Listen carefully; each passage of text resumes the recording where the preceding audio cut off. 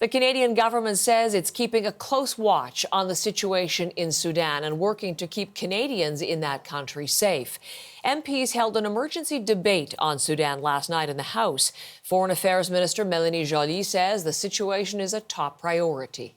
Around the world, we are working with the Sudanese government, allies, like-minded partners and neighboring countries to coordinate a response to this crisis. Evacuations from Sudan are ongoing amid a tentative 3-day ceasefire.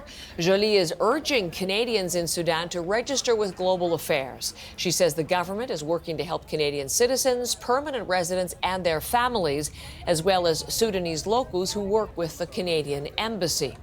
Janice McGregor is in Ottawa. Janice, paying close attention to that emergency debate. What were some of the concerns MPs were raising last night in the House, Janice? Well, this was a debate requested by the official opposition. They wanted to talk about the crisis in Sudan. It was late evening before they got to it, but they did use at least the limited time they had to voice really a range of concerns onto the official record. Here's just a sample.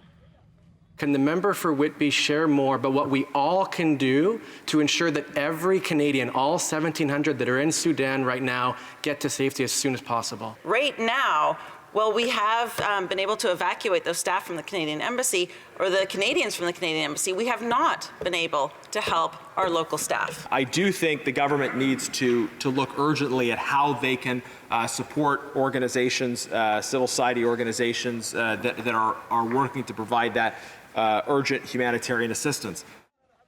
Now, emergency debates don't result in a vote or any particular action on the government's part. But in addition to their worries about the Canadians who are trapped amid the violence right now, MPs were also wondering whether there was anything more Canada could do with sanctions, for example, and whether Russian paramilitaries are playing a role in escalating and perpetuating this conflict. Now, there are diplomatic efforts underway, particularly in the immediate region around Sudan. The Prime Minister, for example, was speaking to the head of the African Union yesterday. And Foreign Affairs Minister Mélanie Joly was also updating the House on the government's response. She said, of course, this is Global Affairs' top priority right now. Our Canadian diplomats and their families are continuing to work from a safe location.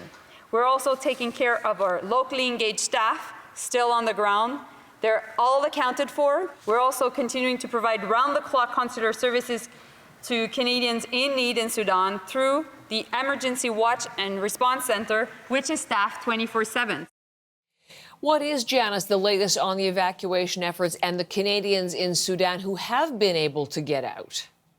Well, the Chief of the Defence Staff was actually at the Cabinet meeting yesterday, but Defence Minister Anita Anand has been reluctant to share too many details about what the government might be planning in terms of a Canadian military operation to help get its citizens out, other than confirming that it does have some air assets in the region around Sudan, and Canada has a frigate and a supply ship in the nearby Red Sea, which at least theoretically, could be diverted and deployed depending on what they plan.